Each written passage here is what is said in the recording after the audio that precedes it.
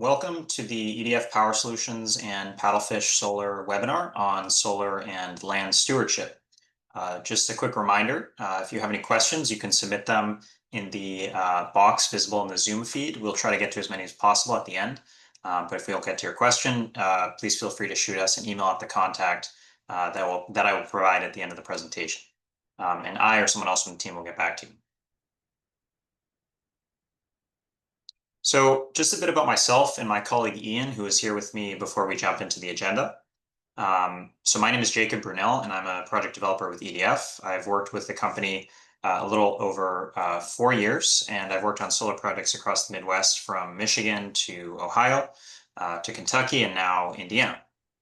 For the past year, I've been working as the lead developer on the Paddlefish project. And I'm going to introduce my colleague here, Ian Kragowski. Ian? Hey, good evening, everyone. Thanks. I'd just like to echo Jacob's thanks for taking some time out of your day to join us this evening. My name's Ian Kragowski. I'm the Director of Development for EDF Power Solutions in our Grid-Scale Power North region. I lead a team of developers working on wind, solar, and battery energy storage projects across the upper Midwest.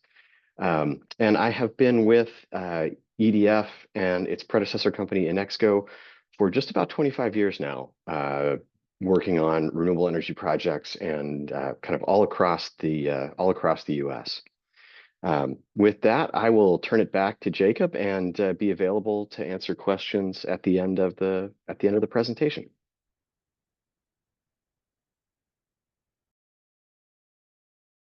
I was on mute. Thank you very much, Ian. Let's dive into the presentation here. So over the next 20 minutes or so, I'm going to start by talking about our company, EDF Power Solutions, and the Paddlefish Solar project. And then I'm going to jump into the main part of the presentation, which is focused on some of the research around the environmental impacts and benefits of solar projects, as well as how we at EDF work to ensure those benefits are realized in our planning and execution of projects. And as we mentioned previously, there will be an opportunity for a Q&A at the end of the presentation. So I'm just going to give a quick mea culpa for anyone who's on the last webinar who has heard some of this before. But I think it's important, and for the folks who haven't heard this, basically EDF Power Solutions, we are one of the largest developer, owner, and operators of clean energy projects in the US. We've been around for more than 35 years. Ian has been around for many of those. We're happy to have him on the team. And we're active across all major technologies, market size segments, from small scale commercial solutions like EV charging and rooftop solar on large commercial buildings to larger scale and ground mounted installations like our Paddlefish project that I'm going to be talking more about coming up here. Our parent company, EDF, owns and operates the largest fleet of nuclear plants in the world, and actually was a part owner of several nuclear plants in the US until a few years ago, and continues to maintain a large nuclear operations and maintenance business here in the US. Now, specifically in here in Indiana, we've been here for a pretty long time, since the early 2000s, with the Hoosier Wind Project in Benton County, which Ian actually worked on as the lead developer. And we've been relatively quiet in the state since then, but we did finish a very large solar project in Ohio, not too far from here, at the end of last year, called Fox Squirrel Solar. We have a few earlier stage projects in the state besides those listed here, but I want to focus on Lake Trout, which is in Blackford County, and has most of its permits and is moving towards construction next year, as well as Paddlefish, which I'm going to be talking about on the next slide.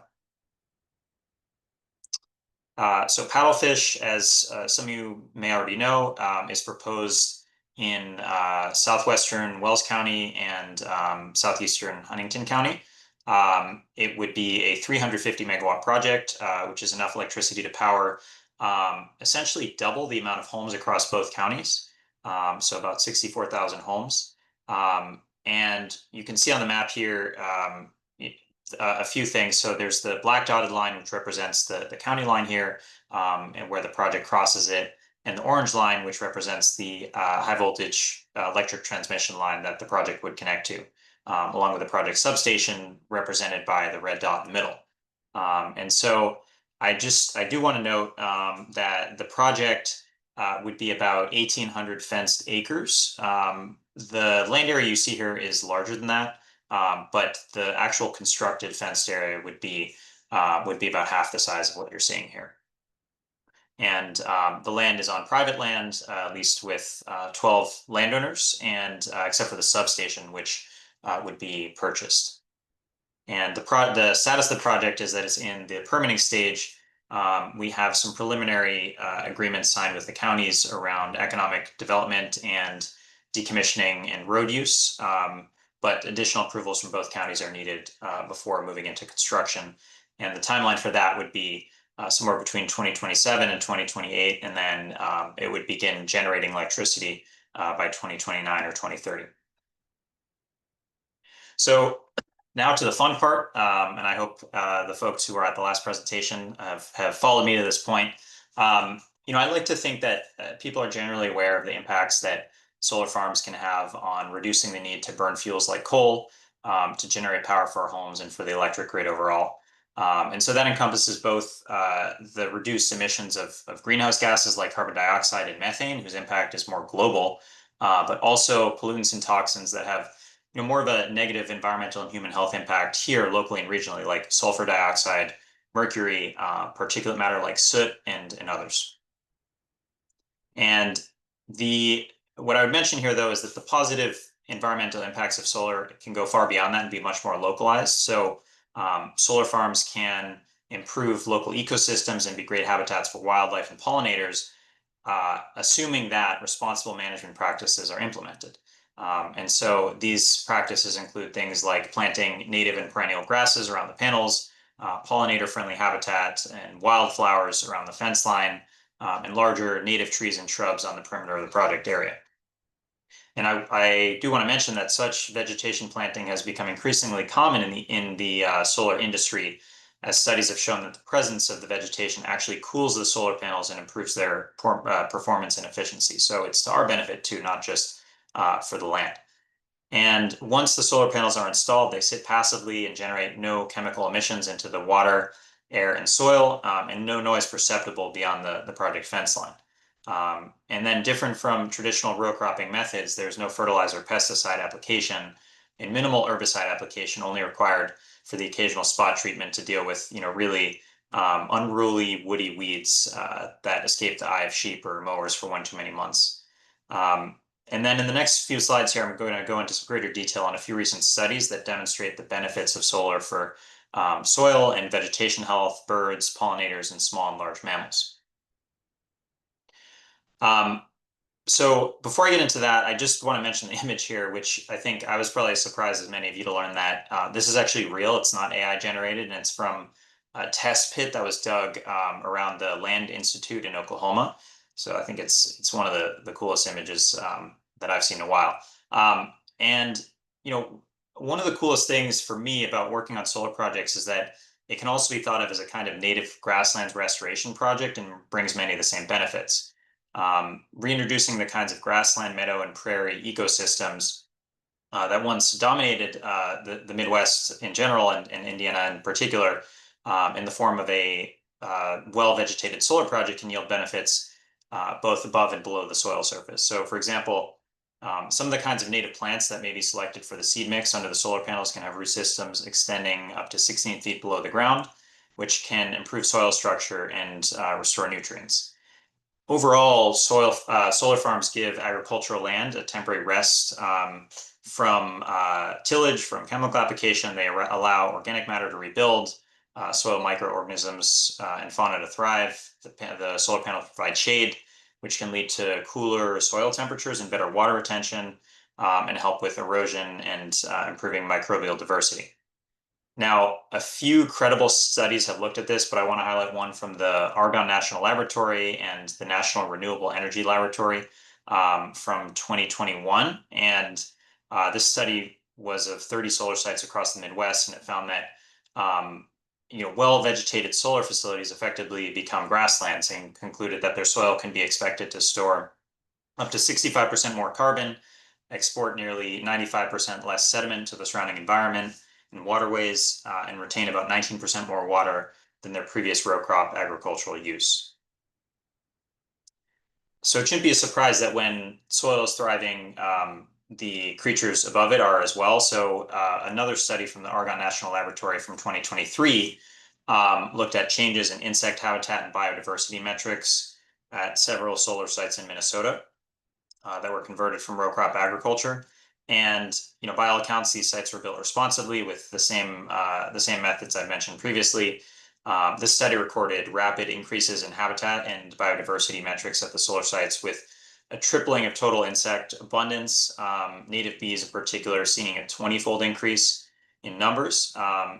Flowers and flowering plant species increased as well, as did bee visitation to soybean flowers adjacent to solar pollinator habitat. And that was to a level comparable with what soybean flowers might experience that are next to CRP grasslands.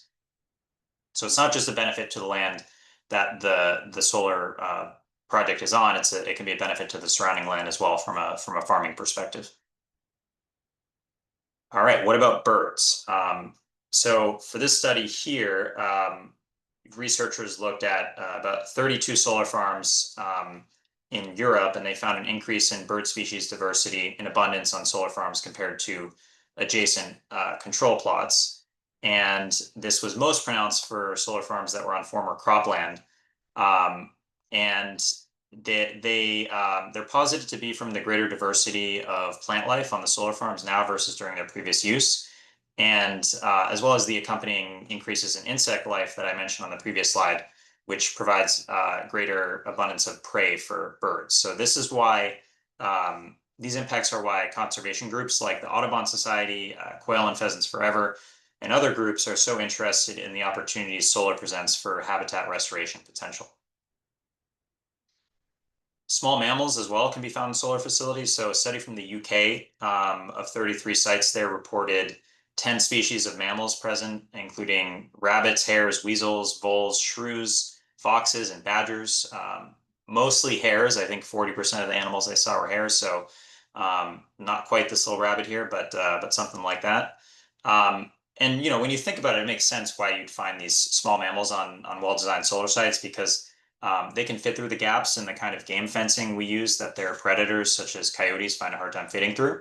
And additionally, the solar panels themselves provide some shelter from birds of prey that are looking for them from the sky. And you can see in the photo here on the left, the fencing. This is one I took earlier this year on the perimeter of our fox squirrel solar project in Ohio. And the same study that I just mentioned from the UK in the last slide, they also observed several kinds of deer within the solar site. And I would say that while it's possible for the deer to jump over the fence, it's around 6 feet, and enter the solar array area, the way that we lay out our sites ensures that deer and other larger mammals have adequate pathways through and around the solar panel areas to travel from point A to B without being blocked for too long a distance. So you can see this in the image above, which is of our paddlefish project. And it shows in green here all the areas outside the proposed project fence line where wildlife can travel through unimpeded without running into a fence. The fact that we set back 100 feet from streams, ditches, and county tile means that wildlife corridors are naturally built into the project design. It's also worth noting that these green areas will remain farmable should the landowner desire to keep the land in cultivation once the project is operating. So I've described all the potential environmental benefits that solar farms can bring. Actually, I'm realizing now I missed some, but I think it's a pretty good lay of the land. So how do we ensure that a site is optimized to achieve those things in practice? Well, it requires a lot of planning, consultation with experts and community members with local knowledge, thoughtful design, monitoring, and ultimately diligent execution. And at EDF, that is something we do have a 35-year track record of, and can be seen at the other sites we've developed, in particular the ones I mentioned recently in the past few years across the Midwest. And ultimately, it's not just our work, right? It's many of the practices that are required to achieve positive environmental results are already mandated by state, local, or federal rules. Others that are not required, but we have nonetheless committed to as part of our permit applications here with Huntington and Wells counties, are also enforced by those local governments.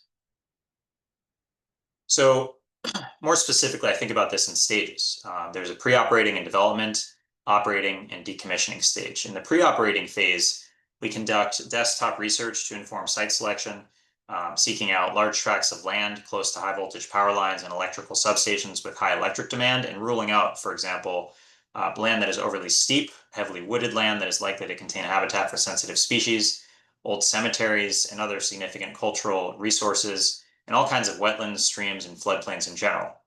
Once we've selected a site, we ground truth our desktop research with studies and surveys to verify the presence of any potential species of concern and more precisely map the locations of sensitive environmental areas within and around the site, underground utility lines and county drainage tile, ensuring they're excluded from the layout and sufficiently set back and buffered from the location of any planned project infrastructure.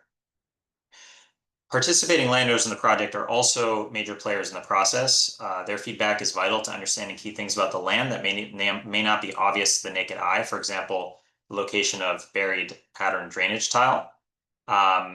They also have the ability to decide if they want to exclude particular parts of their property from their project. For example, areas they want to continue to farm or areas they want to provide a buffer between their homes or those of their neighbors in the project area. The input of other community members, such as project neighbors, the county surveyor, county ag extension officer, those are also important as we understand, for example, the best way to revegetate the site and populate the vegetative buffer with regionally appropriate trees and shrubs. Once a project reaches an advanced stage of development and we have at least a preliminary design for the physical infrastructure of the site, so the panels, the fencing, the inverters, etc., we then start to think about some of the softer design elements of the project. So what kind of vegetation do we plan to plant in and around the site, and how do we plan to maintain it? That is where our vegetation management and landscape screening plans come into play, which I'm going to talk about next. So this is something that we are required to provide to the counties, so Huntington, Wells County, before construction, and does things like it proposes seed mixes to be used beneath the solar panel arrays. It prescribes methods to maintain the vegetation once it's established, so mowing or sheep grazing. It identifies potential invasive plants and noxious weeds in the area and strategies to eradicate them. And also, it can look at specific measures to protect wildlife, such as restrictions on the timing of different vegetation management methods to avoid disturbing habitat. It also includes protection methods for existing trees to remain on site, such as hedgerows, stream buffers, woodlots, and guidance for the establishment of the vegetation buffer around the site. In the vegetation management plan at Paddlefish, we take into account guidelines from the Wells and Huntington County Soil and Water Conservation Districts and the Indiana Department of Natural Resources, Transportation, and Environmental Management. So in addition to the vegetation planted in and around the panels, more and more projects these days, including Paddlefish, include a substantial amount of vegetative screening outside the fence in their design in order to help the facility further blend in with its surroundings. It's often a requirement from counties like Wells and Huntington as well. Historically, that screening often took the form of berms and evergreens, but more recently, developers like us have started to move towards the idea of trying to recreate a more natural vegetative buffer that mimics the kind and variety of plant life that one might already find along the same road or the area in general. So that means a variety of sizes of plants spaced in different groupings at different intervals and intensities throughout the site, depending on the sensitivity of the thing that we're screening with the vegetation.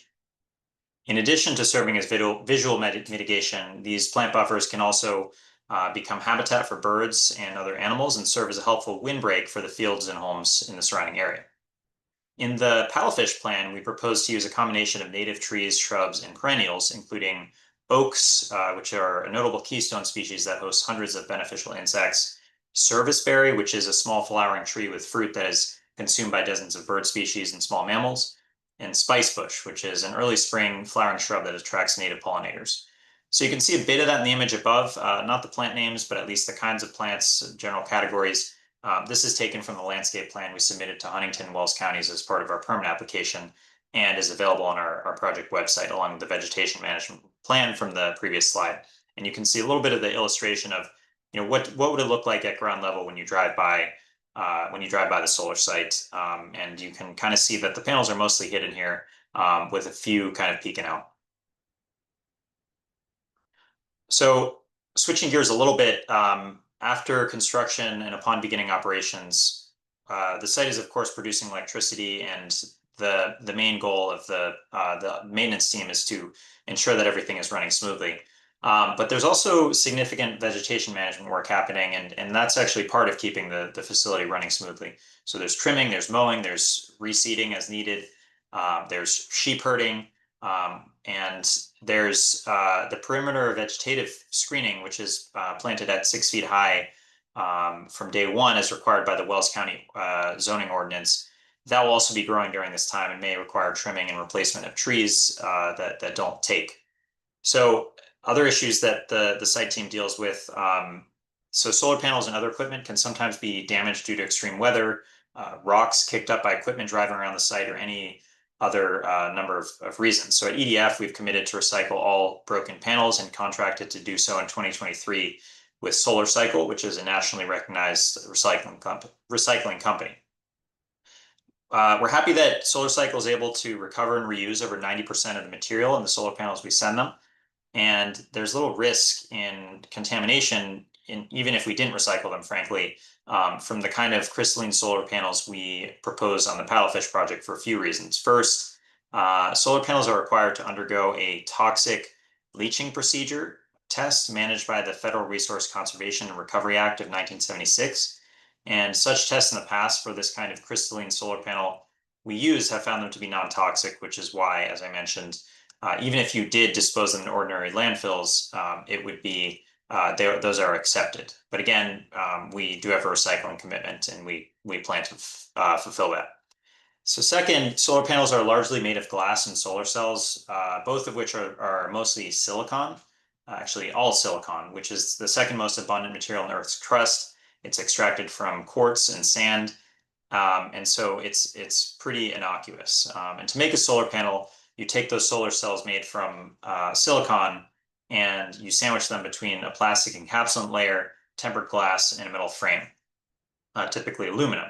All the materials in a solar panel are solid, meaning that if they're damaged, there's nothing that can leak out. And like a car windshield, if there is damage, you're not going to see glass shards everywhere all over the ground, just a lot of cracks. Finally, comes the question, how do we know that you're not just going to build this and we're going to be stuck with it 10, 20, or 30 years down the road? Well, there's a few reasons. First, prior to the construction of any project, EDF enters into a decommissioning agreement with the relevant local authority, which in this case would be Huntington and Wells County. That includes a plan for the removal of all equipment at the end of the project's life. And we signed such an agreement with Wells County in 2023. You can see the cover page here in the screenshot here on the right, and the full text of which you can find in the resources section on our project website, which I've also screenshotted here for ease of location.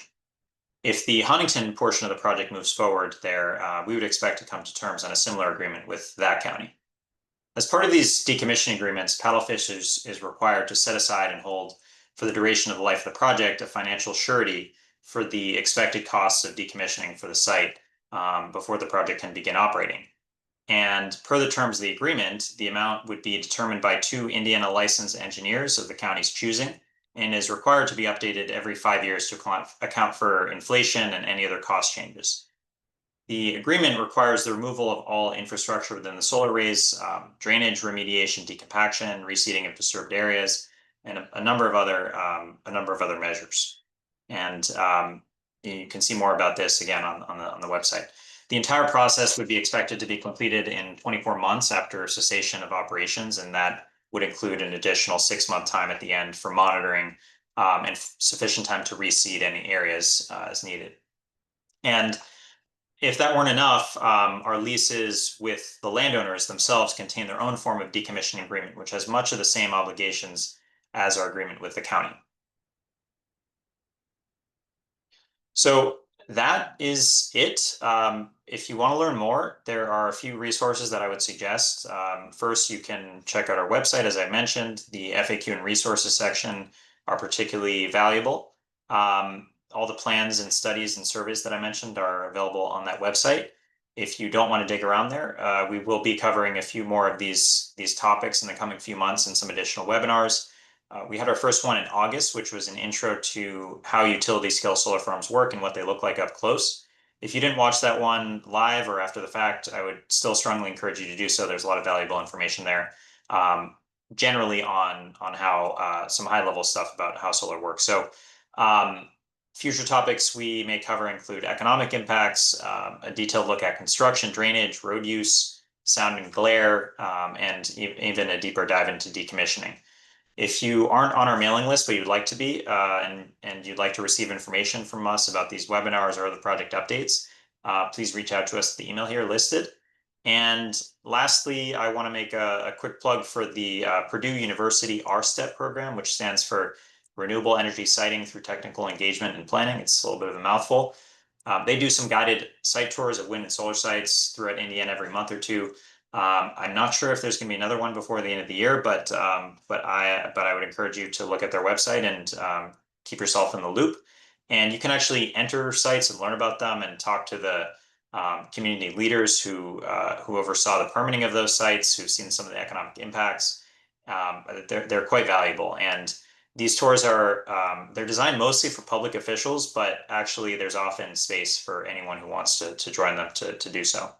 And they also host webinars. Some of them are on similar topics to this one. A few cover different ones. So those are also available on their website, as are the recordings.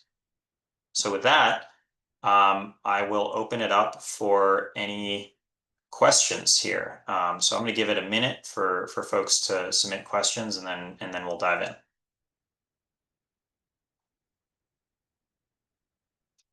I'll also take a drink of water.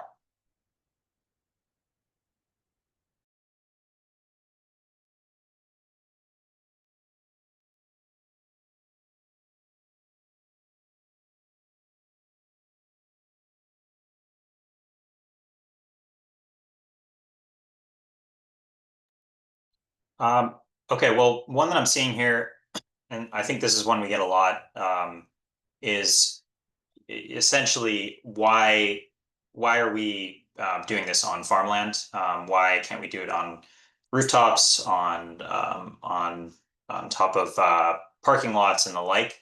I think it's a great question. The first thing I would say is I would just go back to what I said at the beginning of the presentation, is that we do those other kinds of solar. That is a business line of ours. We like doing those kinds of projects, but those are mostly for private consumers of energy. The sorts of projects that produce energy at the scale that can power the electric grid, and serve all the needs that folks have from their homes, from businesses, from factories. You need larger solar facilities than can go on a roof. So that is why you often see some of these larger projects. And when you are thinking about that, there's what are the alternatives? There's forest, which I think folks we actually try to avoid cutting down forests as part of our projects. And then there's areas that already have infrastructure on them. So those are a few of the reasons why we tend to site on farmland. In addition, it's flat, which is beneficial for us to site these projects. And also there are often transmission lines going through them, like I mentioned at the beginning. Ian, any additional anything you want to add to answer that question? I think you covered it well. Really, it does come down to the scale that we're trying to produce at. That allows us to sell the energy at a lower cost. And as Jacob mentioned, in order to achieve that scale, we really have to go to more open areas. Yeah, and adding on to that, when you talk about selling energy at a lower cost, I mean that goes directly back to the bills of folks who are who live in communities like Huntington Wells. So if we can sell it at a lower cost, that means your electric bills are not they're not rising as fast as they were previously, compared to if you look at some of these legacy power generation sites, like some of these older coal plants that are still running, those are quite expensive to run. And so when you look at new energy generation, utility scale solar is it's either the cheapest or among the top cheapest things you can build to do that.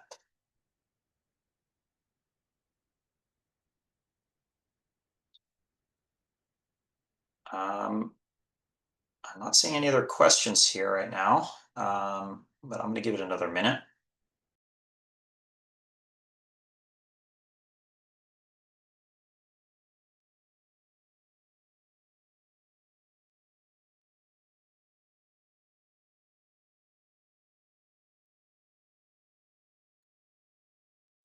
So I'm seeing a question just around kind of the interaction of what we're doing on the solar farm and farming in general. And so I think from that perspective, one of the things I'm really excited about in this project and generally excites me about working in this industry now and going forward is the possibility of doing dual use. And so that means not just putting solar panels on the land and having vegetation that provides all the benefits that I previously mentioned, but actually integrating some kind of agricultural use on the land as well. So in this case, our intent is to graze sheep for vegetation management on the site.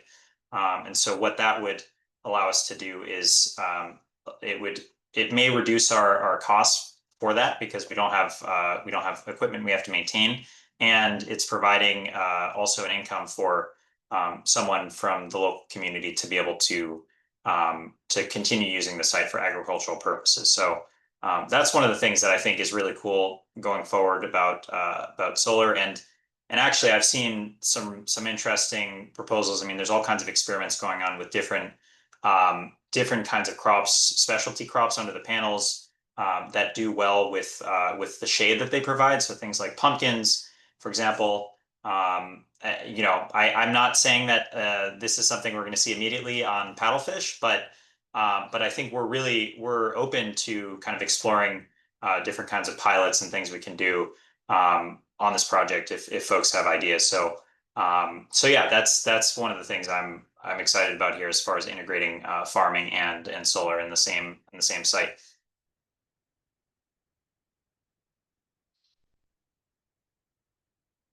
And just responding to a comment I got, so with the fencing, I do want to be clear.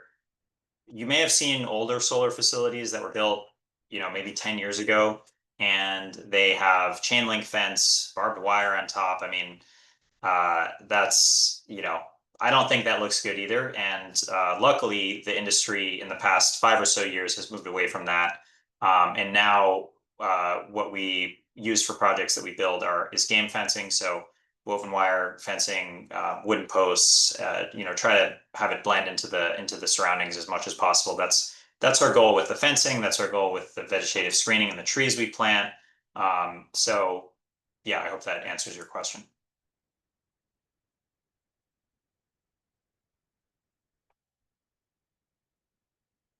Okay. Well, if we don't have any other questions, I think we can log off here. And if folks do have other questions, again, feel free to reach out at the email listed here. And please stay on the lookout for the next iteration of our webinar, which we hope to announce soon. Thank you very much, everyone, and have a good night. Thank you all.